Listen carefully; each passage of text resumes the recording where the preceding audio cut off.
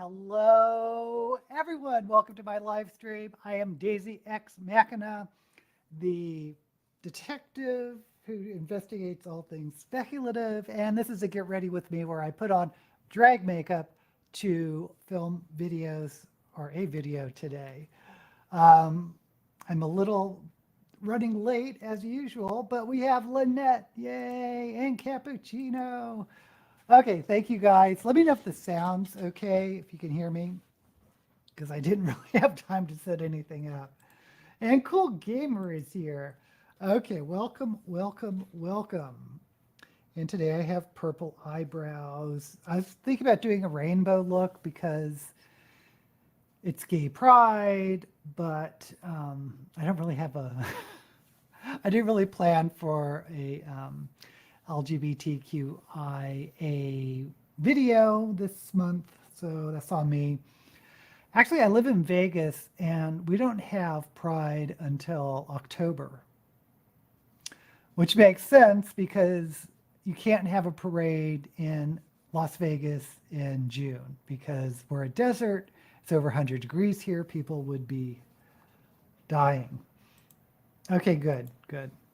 Because usually I test the sound and stuff, but I was sort of rushing today. Okay, so how is everyone's reading this week?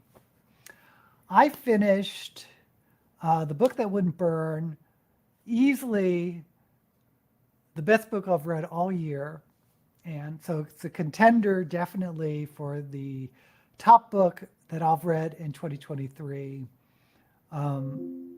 It's epic fantasy. It's a pretty big, long book, but I always liked big epic fantasies because I remember when I was going to bookstores regularly, I would just hone in on like the biggest book because I think I was getting more book for my buck. And anyway, Book That Wouldn't Burn, highly recommend. The world building, fantastic. And that's the other thing I like about speculative fiction is you start just looking at like a narrow part of the world. And then as the world building grows, it starts expanding. Great world building. Lots of twists and turns in the story. So unfortunately, it's book one of a series. And I think it's a planned trilogy. So all three books won't be out for a couple years. But I'm still glad I read this one when I did. Ooh, Thistlefoot, 5 out of 5. Okay, I'm going to have to look that one up.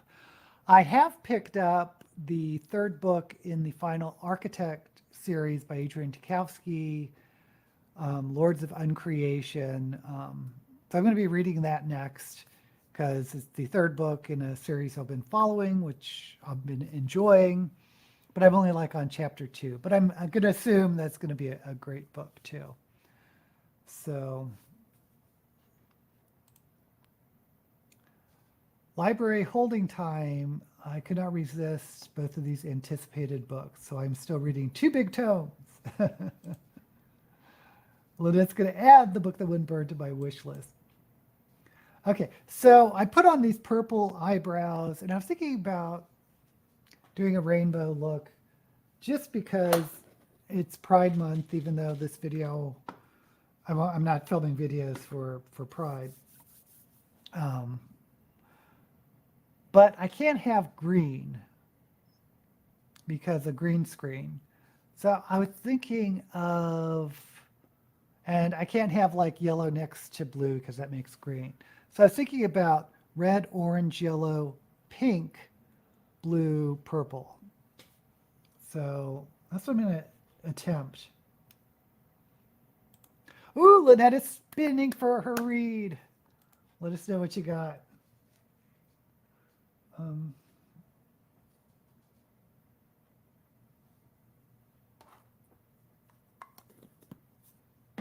We're waiting, Lynette.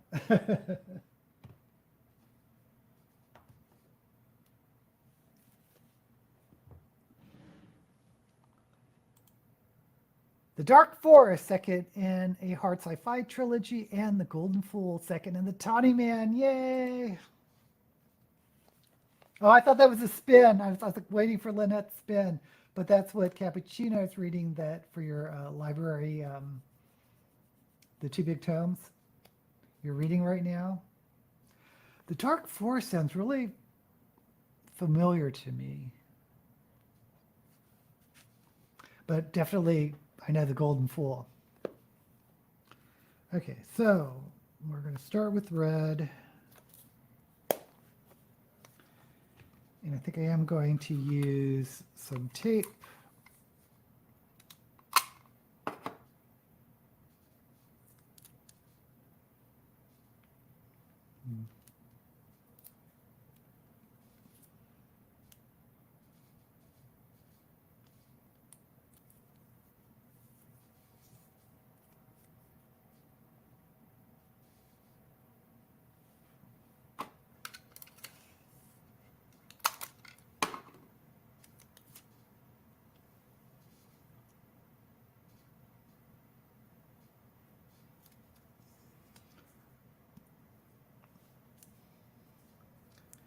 I'm going to have to figure out better tape for if I'm going to keep doing this.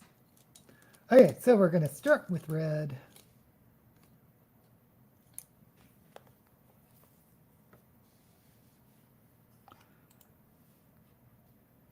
Oh, here we go. Flora Segunda, which is about a young girl who lives in a house that has hundreds of rooms but looks normal from the outside. Ooh, little bit of TARDIS action. Remembrance of Earth's Past trilogy by, oh, okay, so that's why, yeah, that's another trilogy I've been meaning to watch, the Three-Body Problem. Lex is here, on your way to get some new novels and comic books in Seattle and some boba tea. Oh, that sounds fun. Okay, so let's,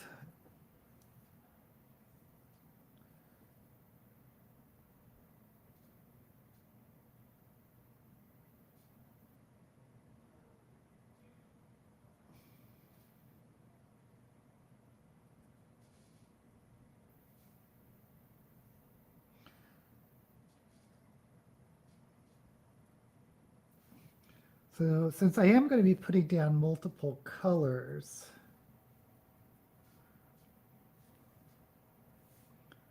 I just want to make sure I have enough room.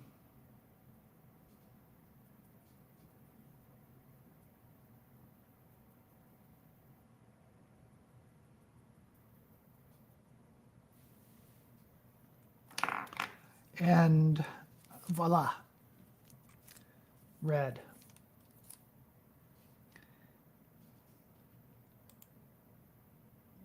Thank you, Lex.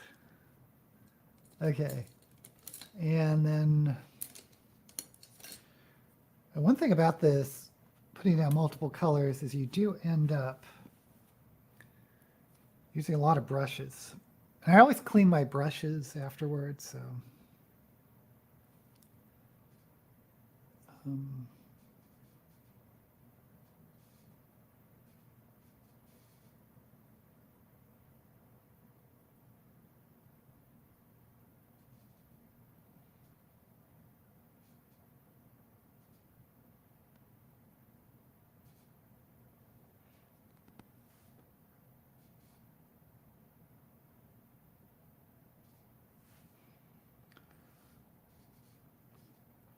One thing weird that happened to me after I finished reading The Book That Wouldn't Burn by the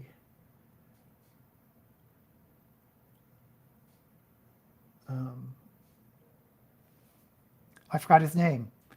The author's name is Lawrence, Mark Lawrence. And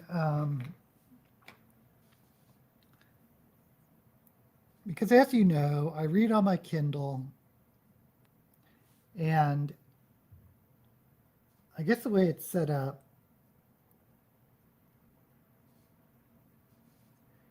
is that it automatically puts whatever star rating, I put 5 out of 5 stars, and it automatically posts it to Goodreads, which automatically tweets it.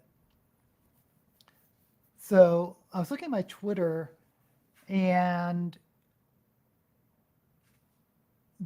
I mean, I didn't like put a review or anything. It just has that little um, thing from Goodreads saying Daisy X Machina rated this 5 out of 5 stars, and it got a like by Mark Lawrence, the author, and I thought that was weird because whenever an author like acknowledges you,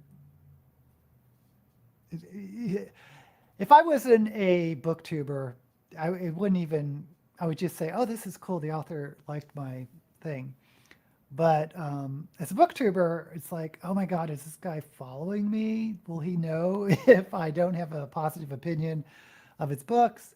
So I went and looked on his Twitter profile, and you can see what he's liked.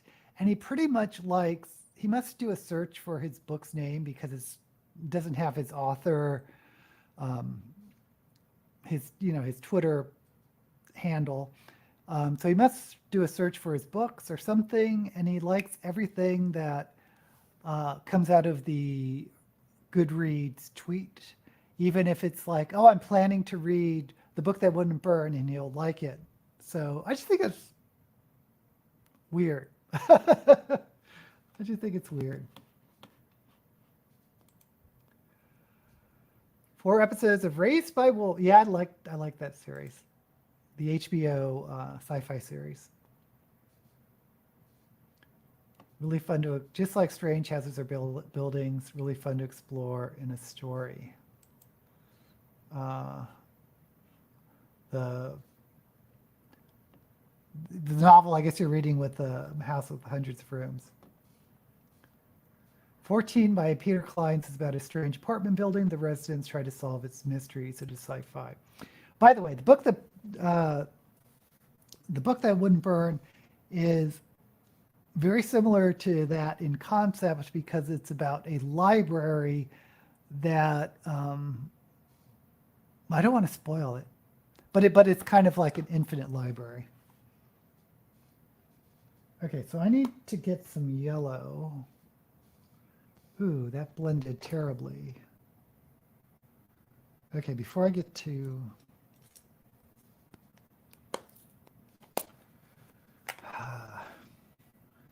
it's going to be one of those days.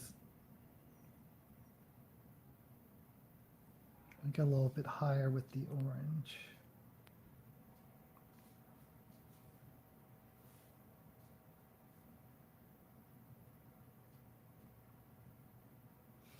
See, let me try to find a lighter orange.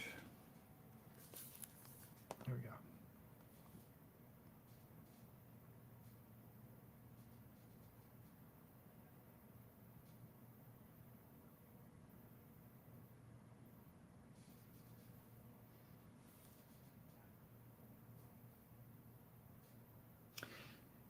Yeah, but getting a like by Mark Lawrence on the Twitter just brought back to mind like all the I guess it's not a controversy, but the discussion about authors in reviewer spaces. But I mean, it's still a big deal. It wasn't.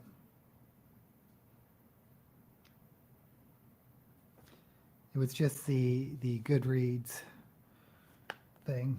Okay, so for yellow.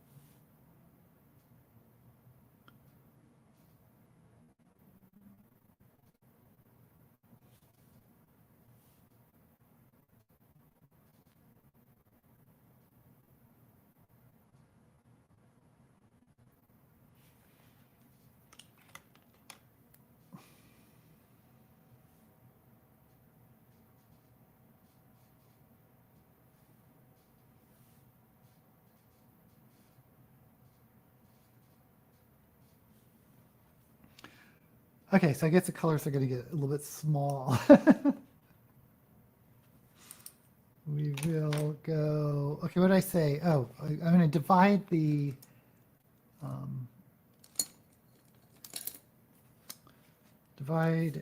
blues and the oranges with pink.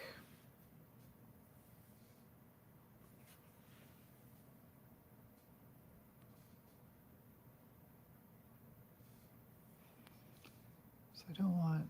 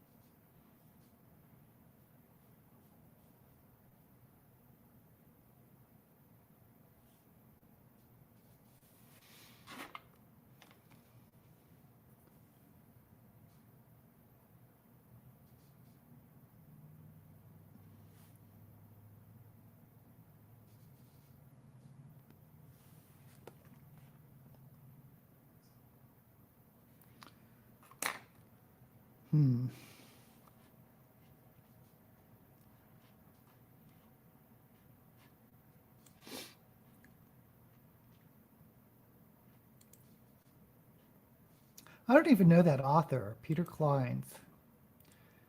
Standalone, even though it is first in a series. The second book, The Fold, is good. Also can be read as standalone. Third book is crap. Fourth book is okay. Not every book can be a winner.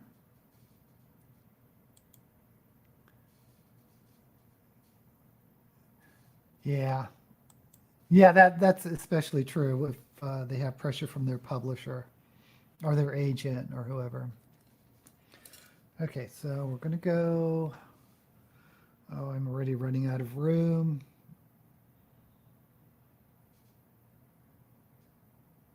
Let's go do a little bit of the blue.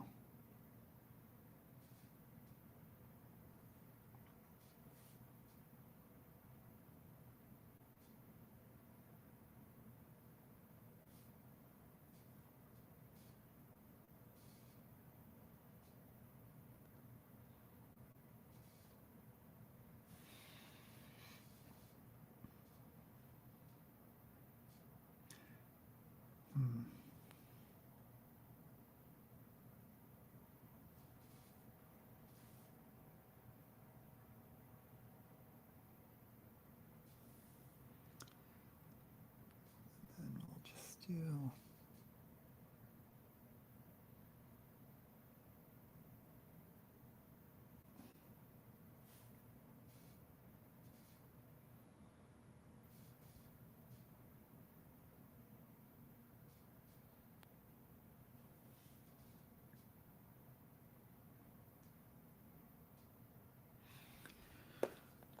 And the final color,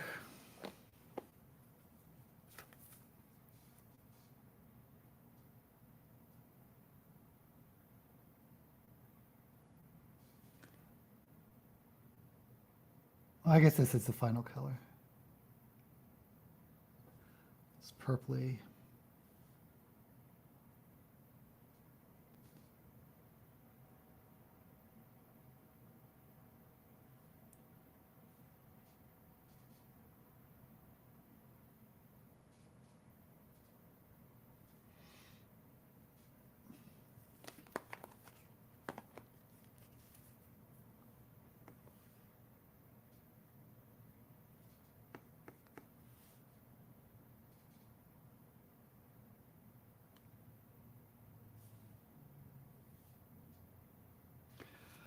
Okay, so this is what my interpretation of a rainbow book. I mean, rainbow book, rainbow look.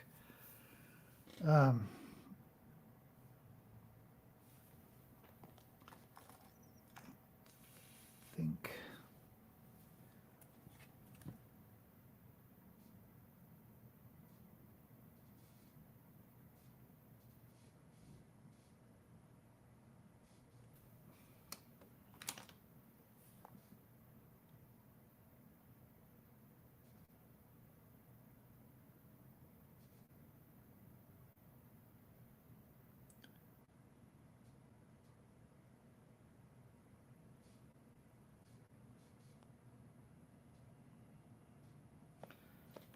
Okay.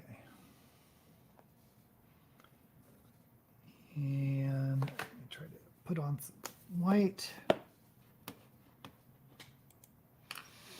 Person on Facebook is asking for recommendations for fiction about ordinary people's lives in medieval times.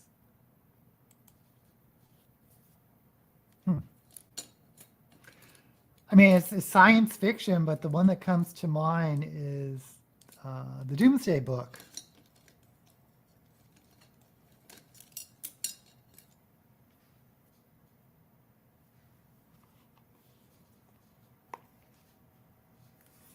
Because I believe Connie Willis did a lot of like research.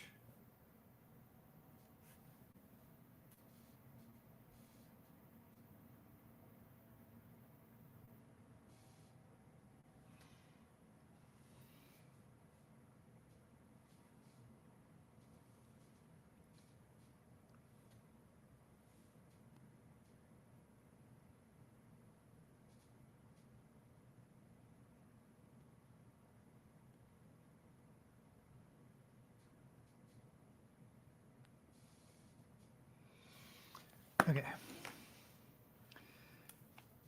So I think I'm going to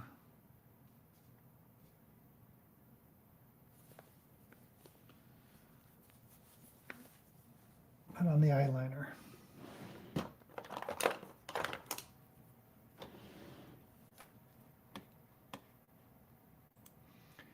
Recommended Medieval Woman by Anne Baer, originally called Down on the Commons. And Doomsday Book was one of the suggestions. Oh, Pillars of the Earth.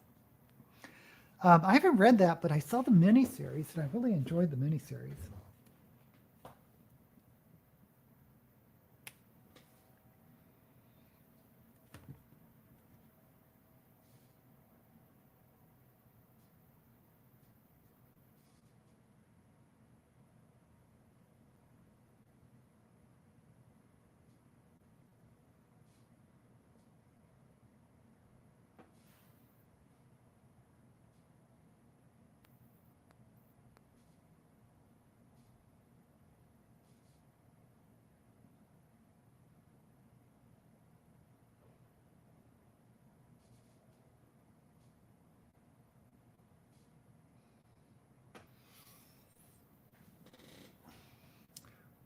Well, if anyone is watching Drag Race, I was really not happy about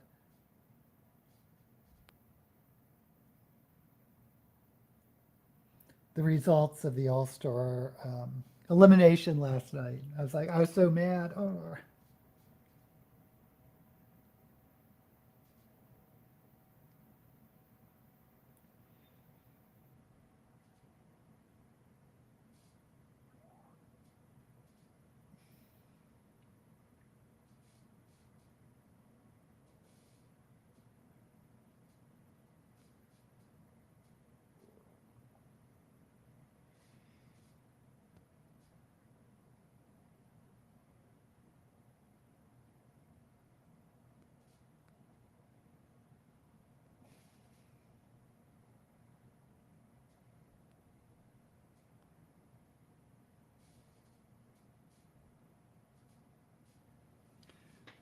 That's one eye done.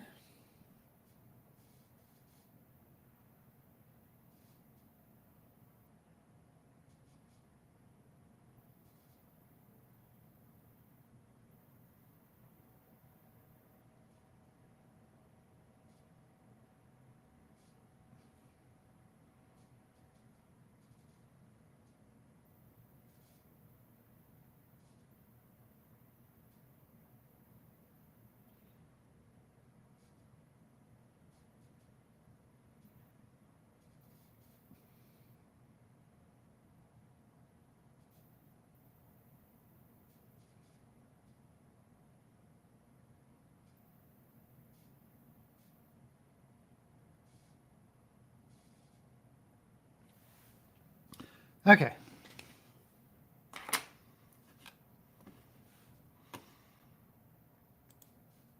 Oh, Cadful, right. Nursery and plot focus, but some good recurring characters. Yeah, and medieval mysteries. Monastery and town life and politics doesn't exactly fit. It's been several years since I've read Catfall.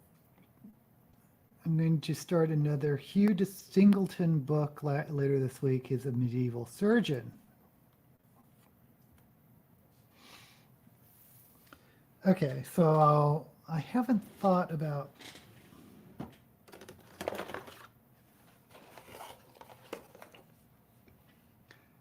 guess with this bright color, maybe I'll just do pink.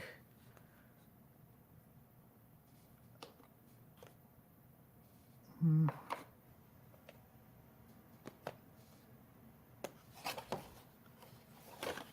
pink purple lid. See, I may do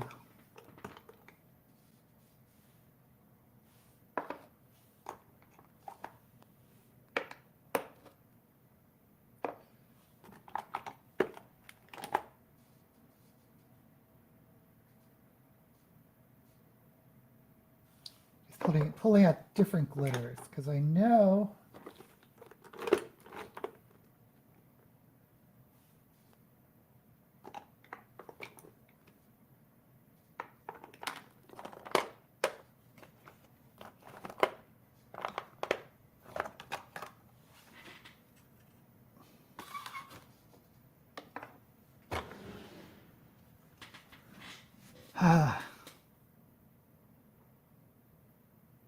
I know it's got to be bright with this look. So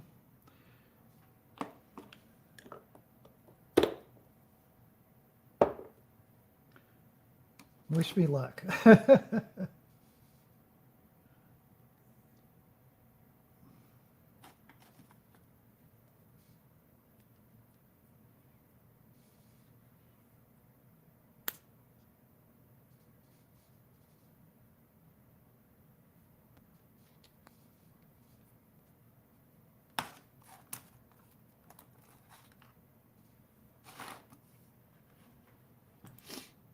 Lori, yeah, Lori would definitely have suggestions.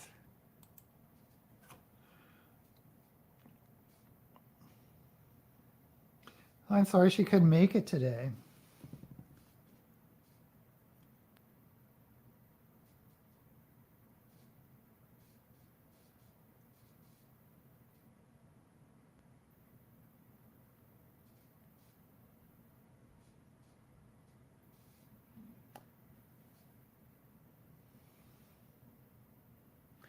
Shoot, I should have done black first. Ah. Okay, I'll do it now.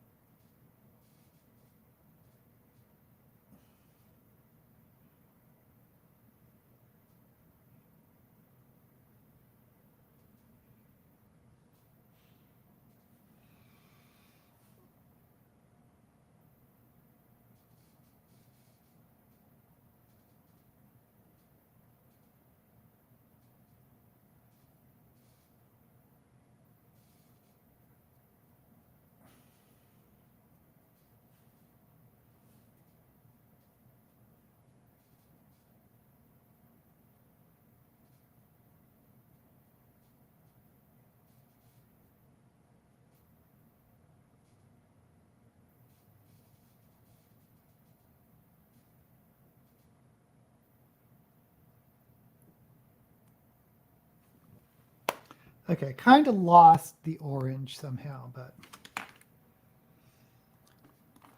that's okay.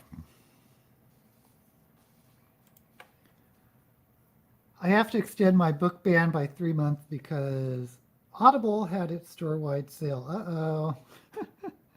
I couldn't pass that $5 Audible books. They had the store-wide sale in September.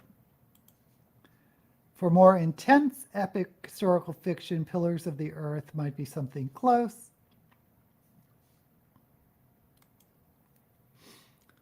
Who was that author that is, it's not medieval, but he did a series about ancient Egypt, Peters, because those were really interesting books, but apparently he did a lot of research for that one too.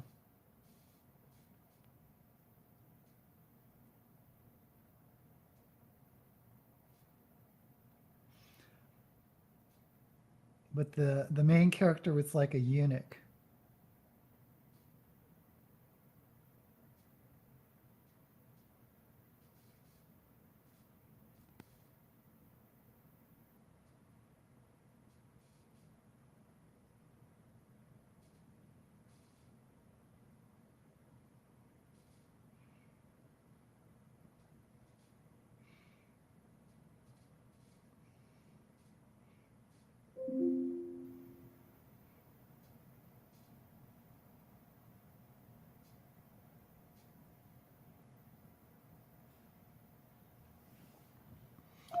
Only reason I thought of that is because we're talking about historical fiction.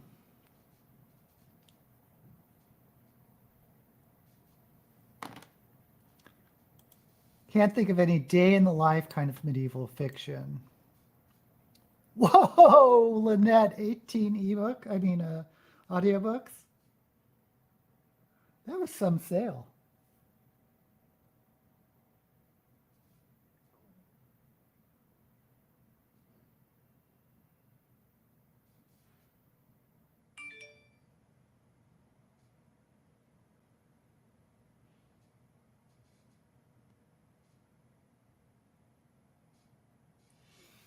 So I'm only planning on filming one video today. Maybe I'll do Shelve It or Shove It because this could be a really short video. I mean, pre-recorded for next month.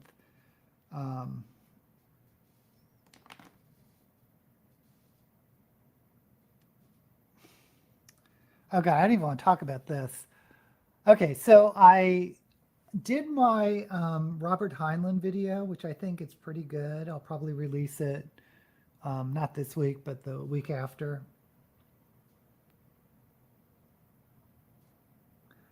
So I was thinking, why don't I do like the big three sci-fi authors of the 50s, 60s? They were called the big three. It was Heinlein, Asimov, and Arthur C. Clarke.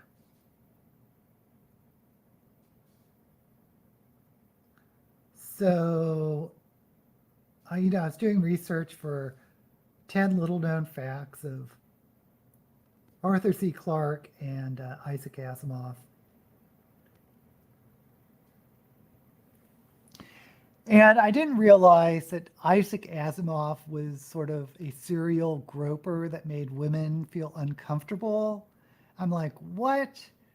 And I looked it up, and there's this article by this guy who wrote a biography of John Campbell, did a lot of research apparently on Asimov, that it was an open secret, that at conventions some women felt uncomfortable because of how they were groped.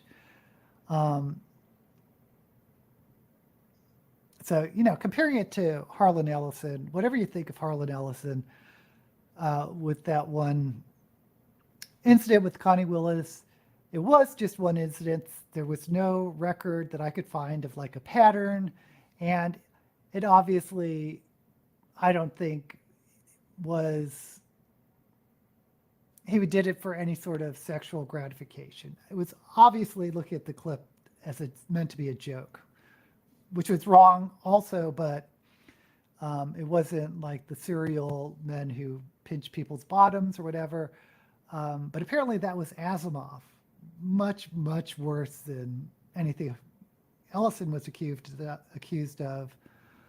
So I was like, oh my gosh, let me look up Clark. Clark, if you dig deep, apparently he was like accused of um, child molestation when he was in Sri Lanka, and there was an investigation, but there wasn't any evidence found, or wasn't enough evidence that he was convicted of anything. But I'm like, oh my God, can I look up one author without any sort of problematic issue? Can't there just be one? You know, and it doesn't always have to be my favorite authors. Heinlein was pretty clean, though, for that sort of thing.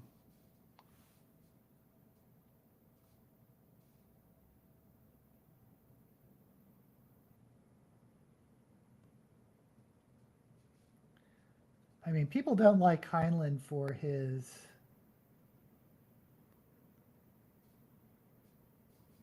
what he wrote about, but that's sort of different than their personal life.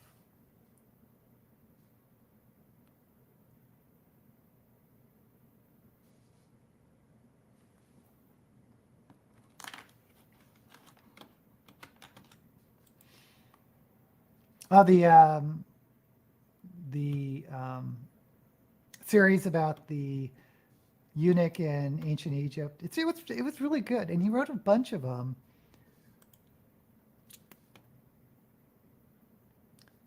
Oh yeah, the top 2 or 3 of your Audible books. The Fabric of Civilization, about the history of fabrics. Wow. Okay, so for eyes, I wanted to.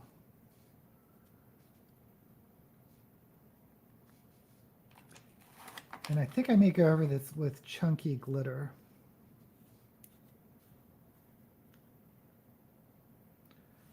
I'm going to start.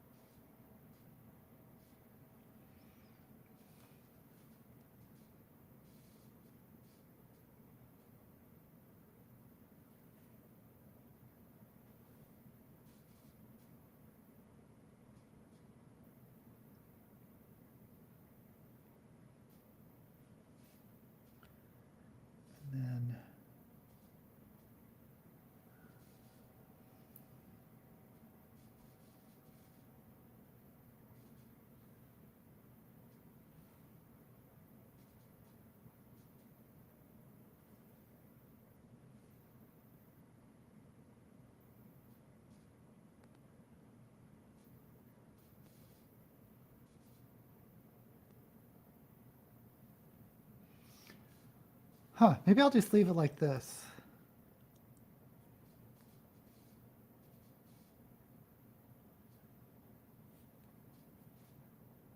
No, I think I'm going to put on some chunky glitter.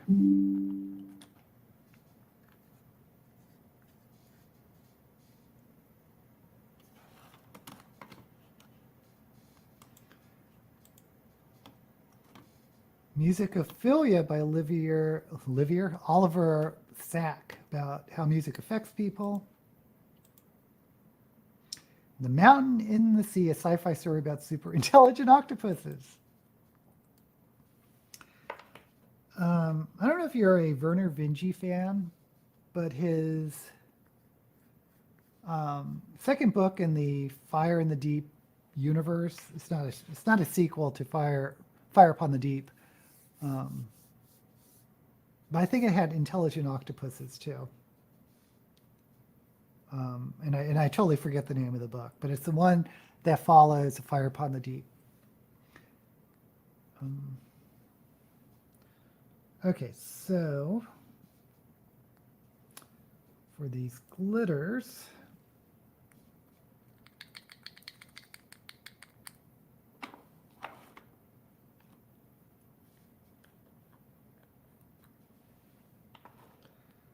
Um,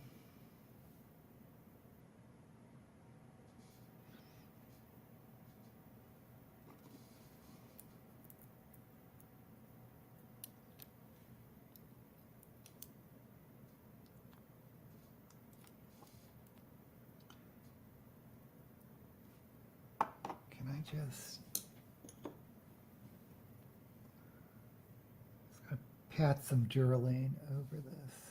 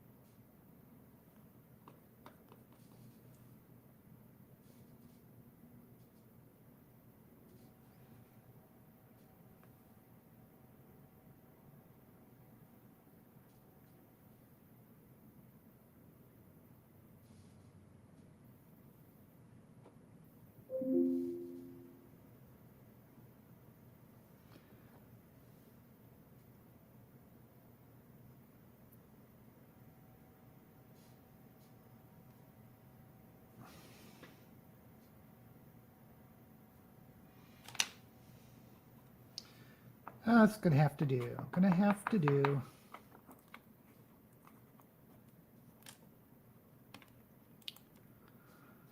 I want to see if Sachs mentioned amusia, which is a condition in which people hate music. That describes my dad.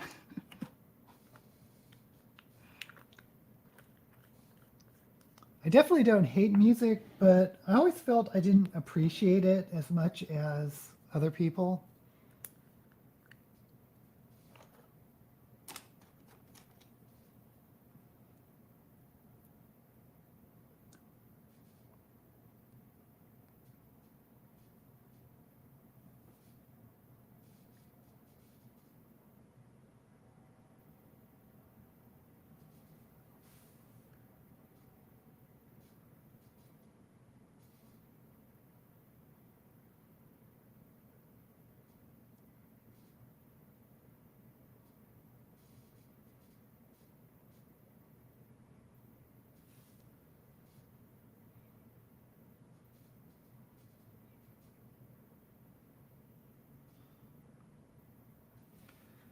Okay, I'm gonna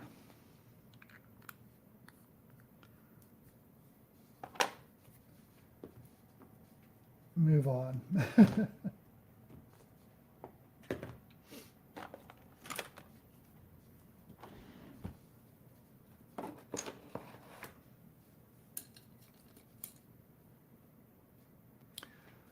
What I always thought interesting about music, at least for the people I know, is that whatever music that you really fell in love with in your like teens and early 20s kind of sort of sticks with you for the rest of your life.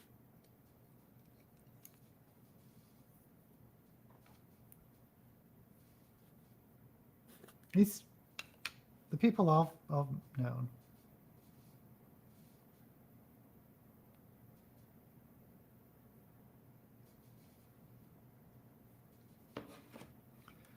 Okay, so we're going to do the black. So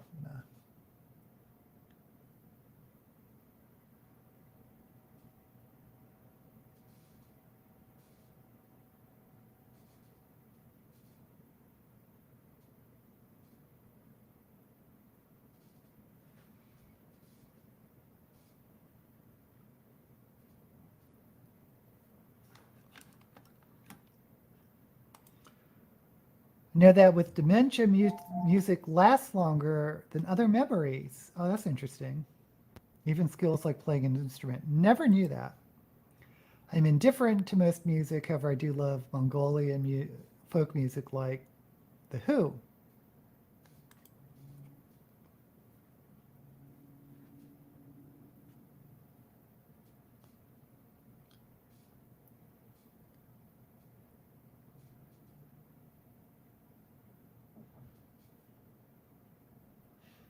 Yeah, back in college days, I was listened to a lot of Grateful Dead and went to concerts and whatnot.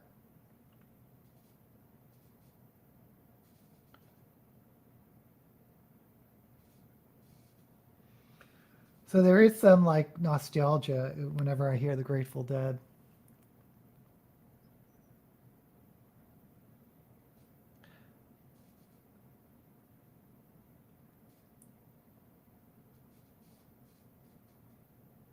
But I know that some people they went to college with still listen to it like 24/7, which is fine.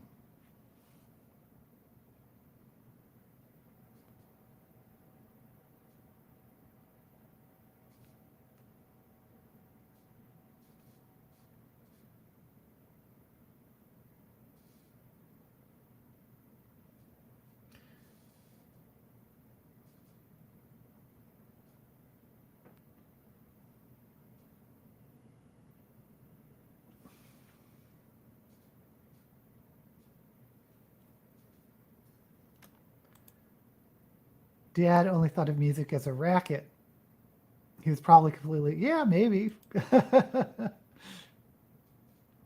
Folk metal. I think I checked that out once. I don't know if it's because you guys recommended it or not. But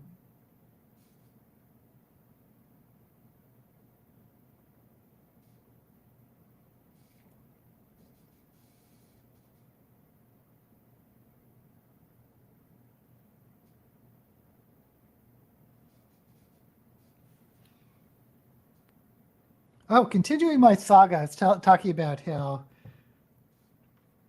I was freaked out about finding out about Asimov and Clark. So I was like, maybe I'm going to hold off on those videos because I don't know. I could just not mention it. I could just, but would I be part of like, I wouldn't call it a cover up, but of just because they are authors of books I like, I'm just not going to mention any controversial thing about them.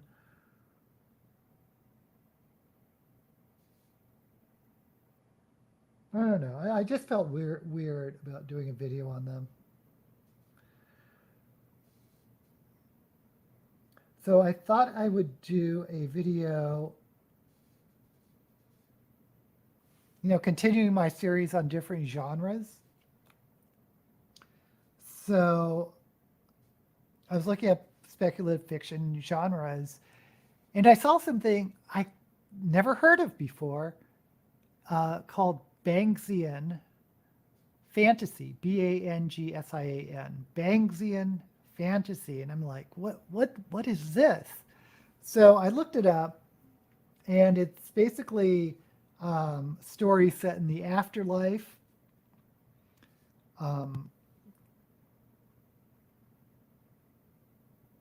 And it's named after this author, John Bangs.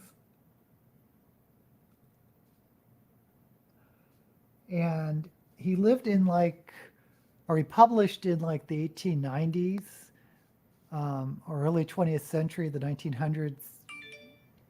He published these books called the Associated Shades series. And they're all in the public domain. I mean, that's how long ago they were written. They're all in the public domain. So I read the first one. It's called Houseboat on the River Styx, and you can get it on Project Gutenberg, or if you like audiobooks, LibreVox,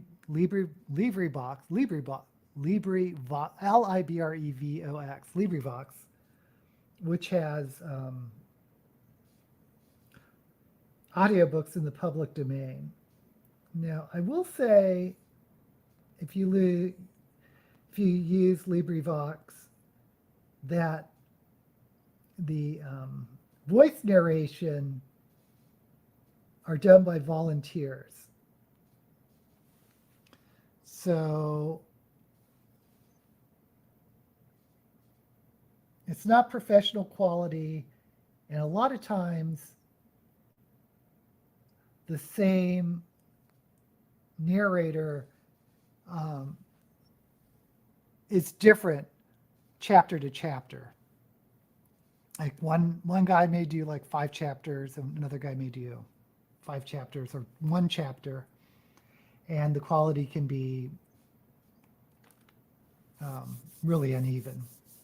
But some of them are great, some of them aren't so great. Anyway, so I read House Book on the River Styx by Bangs, and I guess it's a, oh, things are falling off my face. I guess it's a novel. I mean, it's published as a novel. It's fiction. It doesn't have a plot from beginning to end, and they're mostly little vignettes. So each chapter is like a short story, and again, it's fiction, but there's no plot even in the little chapters. They're mostly conversations between fictional or non-fictional dead people. So it's like Nero and Shakespeare are having a conversation. So there's these little conversations that these dead people are having, and it's based on this men's club of dead people on the river Styx that live on a houseboat. And it's really, some of them are really funny. There's this one chapter, it almost feels like you're reading a Monty Python sketch. So anyway, that's Bangsian fantasy. And of course, you guys probably know, the one book that comes to mind that really is, follows this Bangsian fantasy format is Riverworld by Philip Jose Farber, who, now that I've read Banks's first book, I'm like, Philip Jose Farber must have been inspired by Bangs. Oh, here we go. Riverworld, Lynette knows. Yeah. Thank you, Cap. It's hard to decide what to say or where to set your boundaries when you talk about authors. Yes, Riverworld.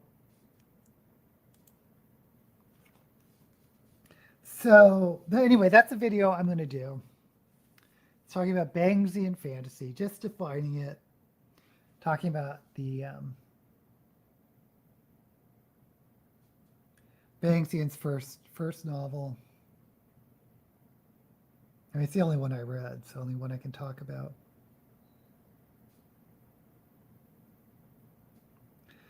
But it's really shocking that it's considered a subgenre, or it's listed as a subgenre, because there really aren't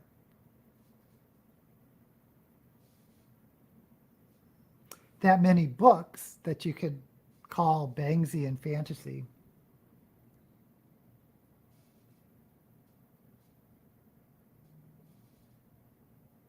I mean, there's Riverworld, and they did mention another series called Heroes in Hell, which I do remember seeing in the bookstores in the 80s, and I think I may have read one. Their anthology series, but I just don't remember anything specific about it. But the cover of the first book is so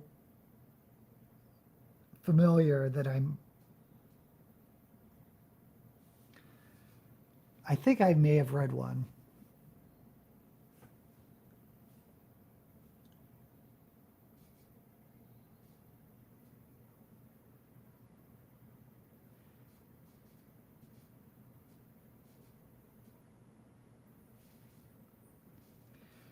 You know what I haven't done is put any color under my eyes. So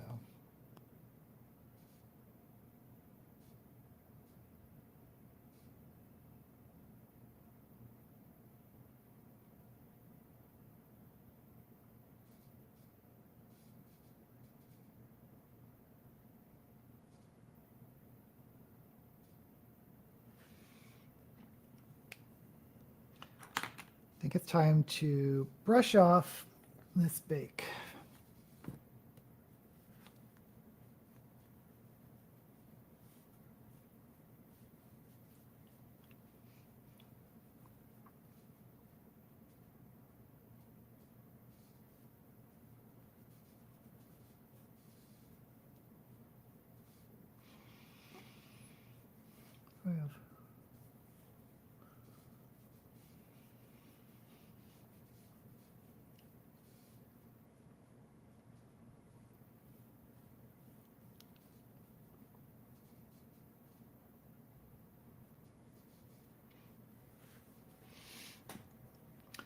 So for the under eye, I don't really want to copy, maybe I should copy the colors underneath.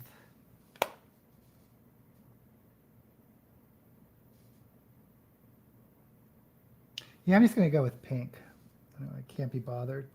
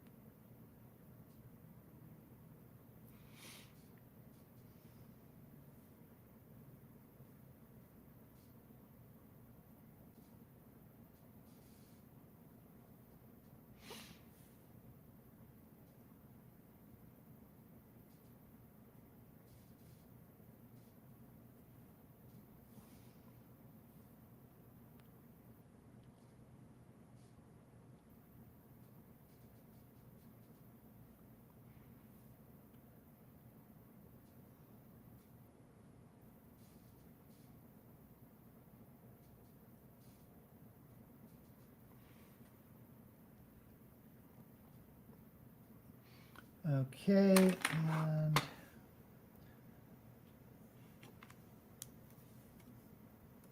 want to smudge the black a little bit more.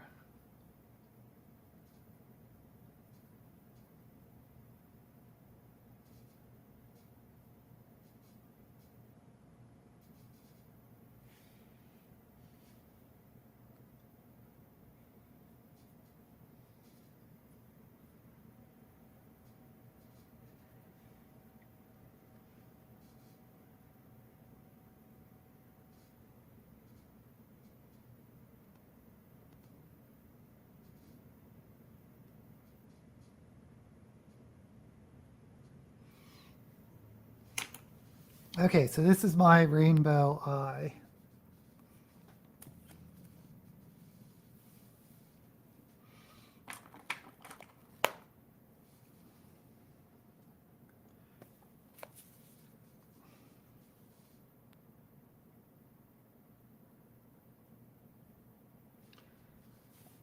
Trying to bring back the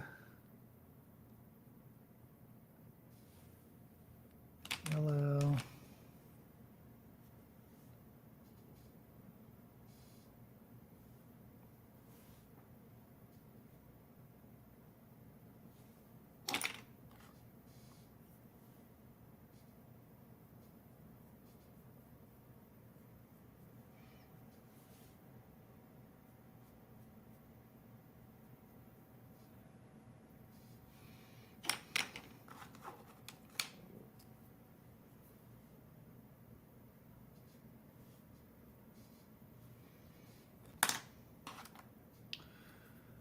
There's so many colors. Oh my gosh.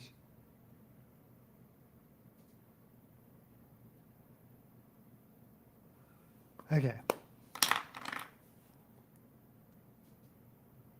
think I'm going to stop.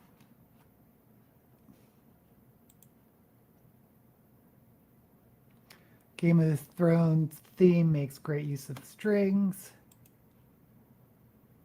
Riverworld is the only one you could think of. Yeah. It's so specific. Read a book last year about a man who was murdered and solved his own murder after his death. Well, I think for Bangsian, it has to be in the afterlife. That's how I was interpreting it. That the story really occurs in the afterlife rather than like a ghost story or that type of thing. Or there's tons of movies like that. Sixth Sense. 40 Tales from the Afterlife by David Eagleman is about 40 improbable. Ooh, that sounds interesting. 40 Tales from the Afterlives. Interesting.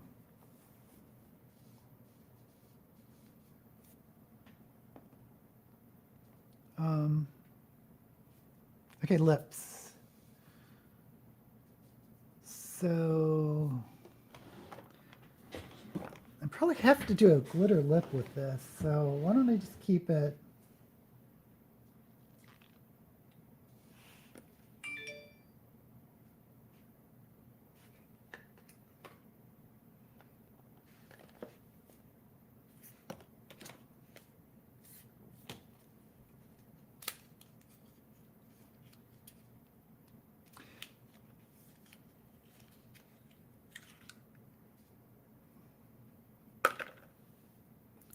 I have this lipstick. I don't know if it's pink or not.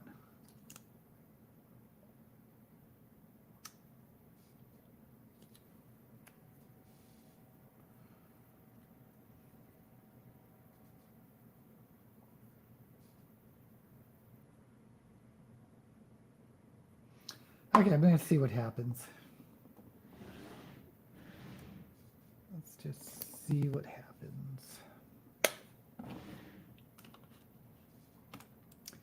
Cap is going to make a sandwich. Make me one too, Cap.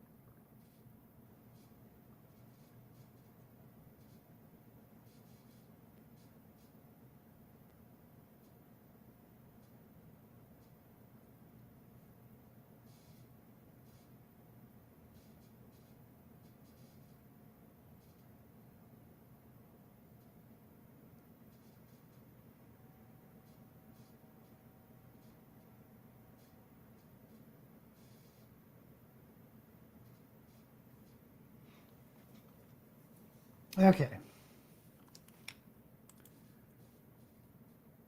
Inferno. Oh, yes, yes, yes. You're right. Inferno by Larry Niven, based on Dante's. Yes. Did he co-write that with Pornell? But yeah, you're right. I totally forgot about Inferno. Although some people, if the super strict definition of Banksian has historical figures or famous figures or characters, and is humorous. So, but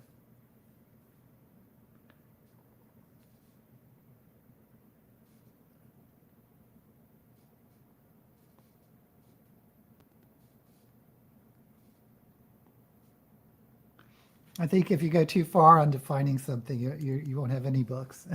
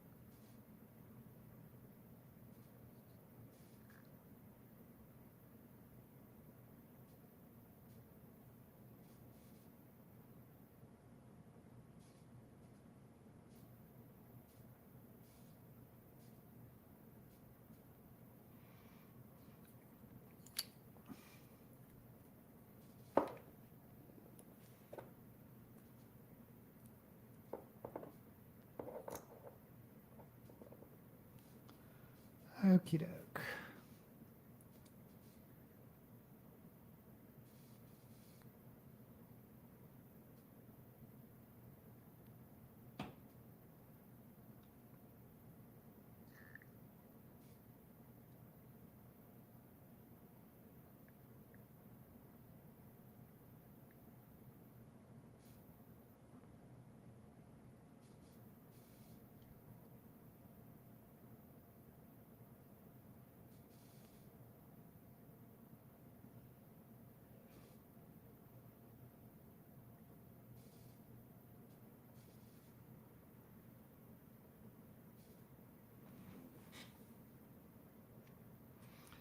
Well, this is supposed to be pink.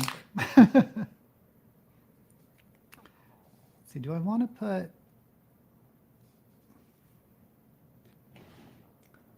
I decide if I want to put glitter over this.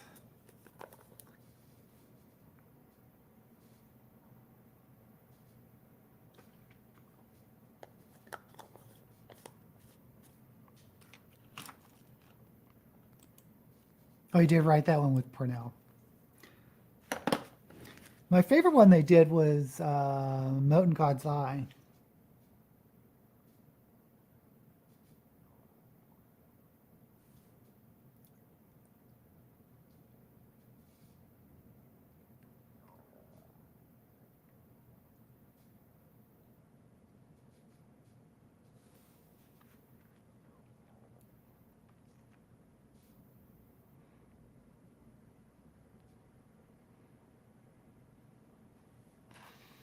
I don't know if I want to put glitter. I'll put this.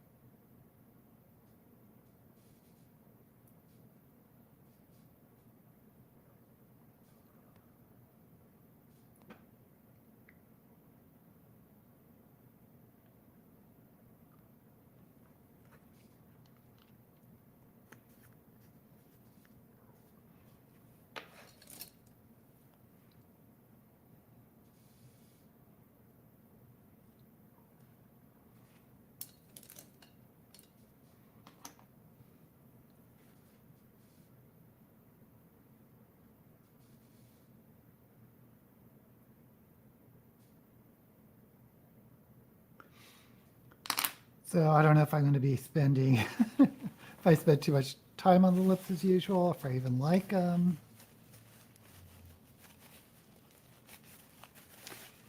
And put some glitter on. I mean, not glitter, some gloss on.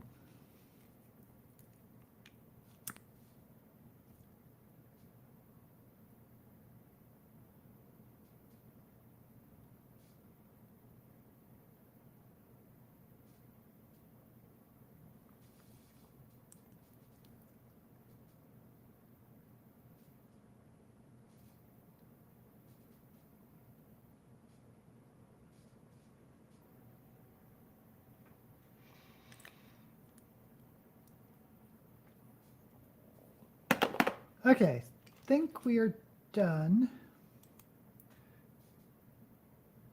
Yeah, me too, same.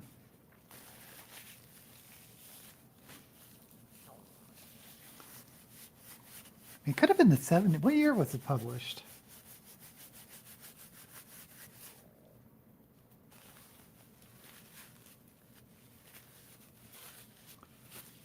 Because I know it was on a big Niven kick, but that was like, I'd say late 70s, well, maybe early 80s. Yeah, probably 80s.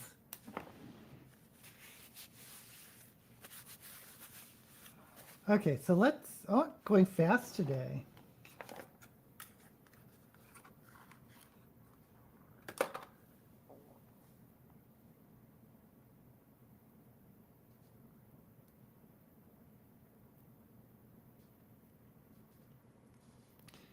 Yeah, so anyway, this week I will film the Bangsian fantasy video. And I think I'm going to release the Gunpowder fantasy video I did a couple weeks ago.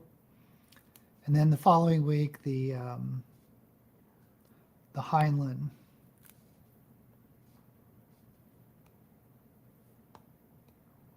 Oh, by the way, yeah, I knew I was going to miss a week this month, and that's the 24th.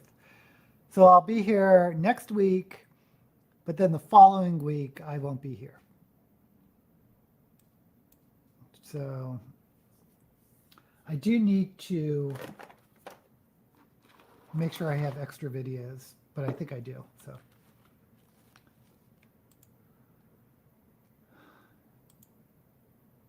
Published in 76, so yeah, who knows when I read it.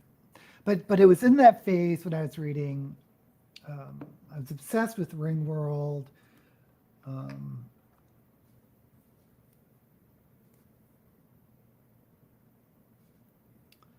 And I was reading like all his known space stuff. He did that, talking about Larry Niven, he did that collection of, I think they were like essays, but short stories, essays, where he did the thing about how Superman, the speed of Superman's sperm would make him incompatible with human women or something like that. It was great fun for me and my friend in high school to read that. But other than Ringworld, I think The Moat in God's Eye was one of my favorites.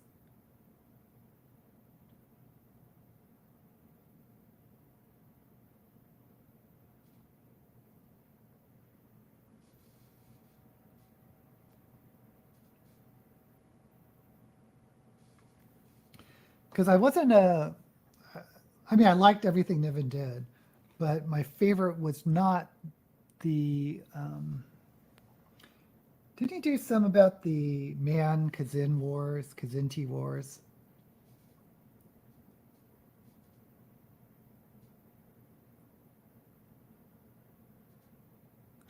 Then he did something about, this might have been with Jerry Pournelle too, but something with an amusement park.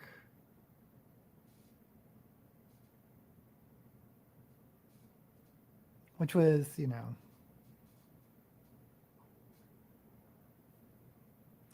not quite up to par with his other book. Oh, Lucifer's Hammer. That's another good one.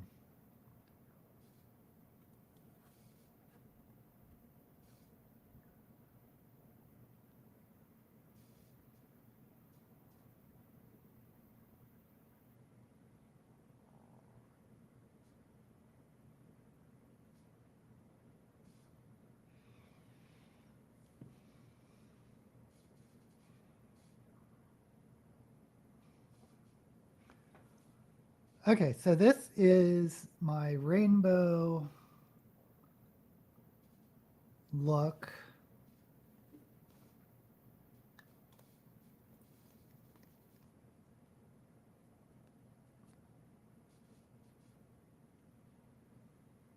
Can't decide if I like it. Cappuccino asks, what type of sandwich cap? Just looked to see if it was on Audible and found out I already own it. I don't even remember buying it. Oh dear. Dear Inferno.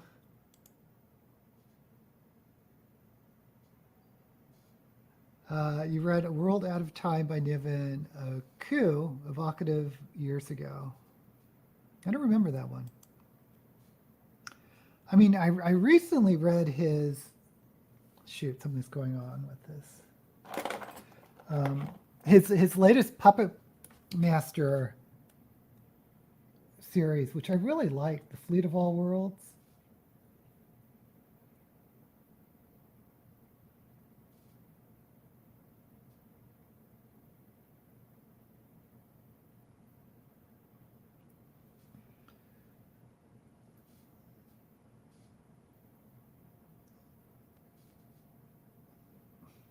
Which is kind of neat that he's still writing.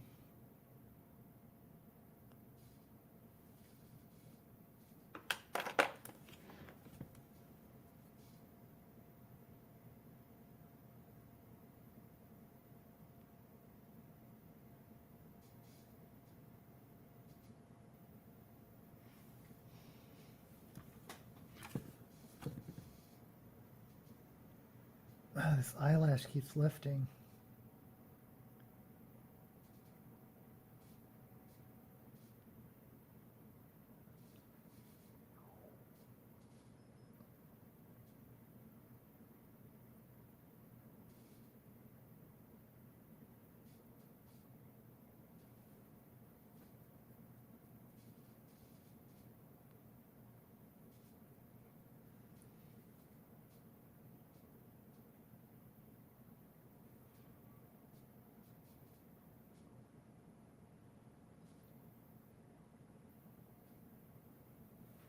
Okay, well, hopefully that will work. And let's put on some stuff.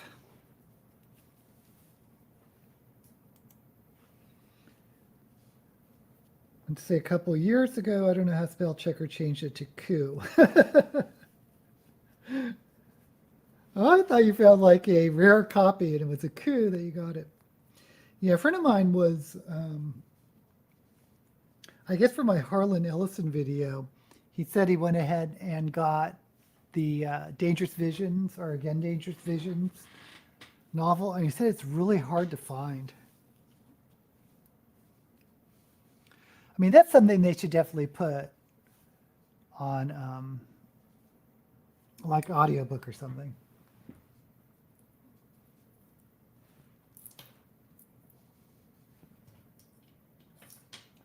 But I remember getting it because he showed me the copy he got, and it's like, oh, that's the same cover I got from the Science Fiction Book Club.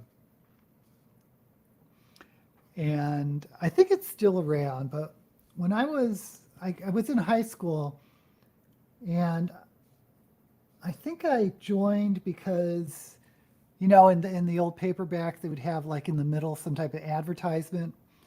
So I joined the Science Fiction Book Club, and I was really irresponsible because a lot of times, as a book club worked back then, this is 70s, 80s, you would get a book of the month, or you'd get this thing saying, okay, this would be our book of the month, and you could either buy it or skip it or get this alternate version. But if you don't send this letter back or postcard back, they'll automatically send you their book of the month and then charge you for it. And a lot of times I didn't really want to be charged because, you know, I didn't have that much money, even though these books were at a discount. Um, but I would get all these books and I would never return them. But I remember spending too much money on books. And the interesting thing about the books is, I'm not sure how they did it, but I think they had their own versions. They weren't like normal hardback books, because a lot of times the covers were sort of that baked, instead of having the sleeves, they were like the shiny, glossy, baked covers. Anyway. Okay, so I got this big wig. Big old lavender, purpley wig.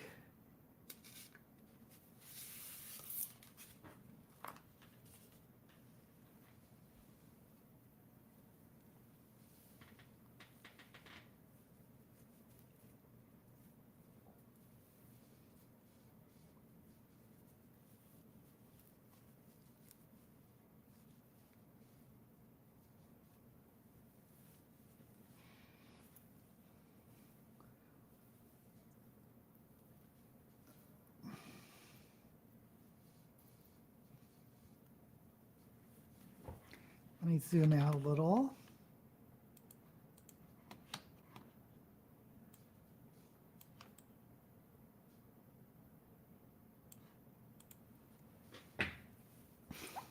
I'll put on some gloves.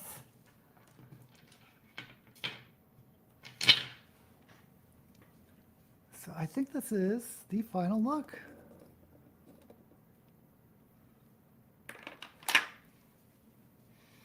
It's not as like over the top rainbow as some makeup artists do, but I'm not a great makeup artist, so I'm just resigned to the fact that I just need to stick to what works for me with my talents.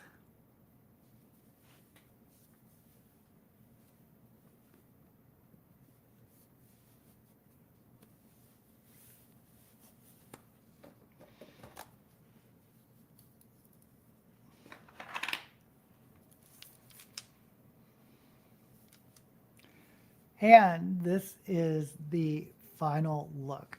We have a rainbow eye and purple eyebrows, and it's supposed to be a pink lip, but it looks kind of red or magenta.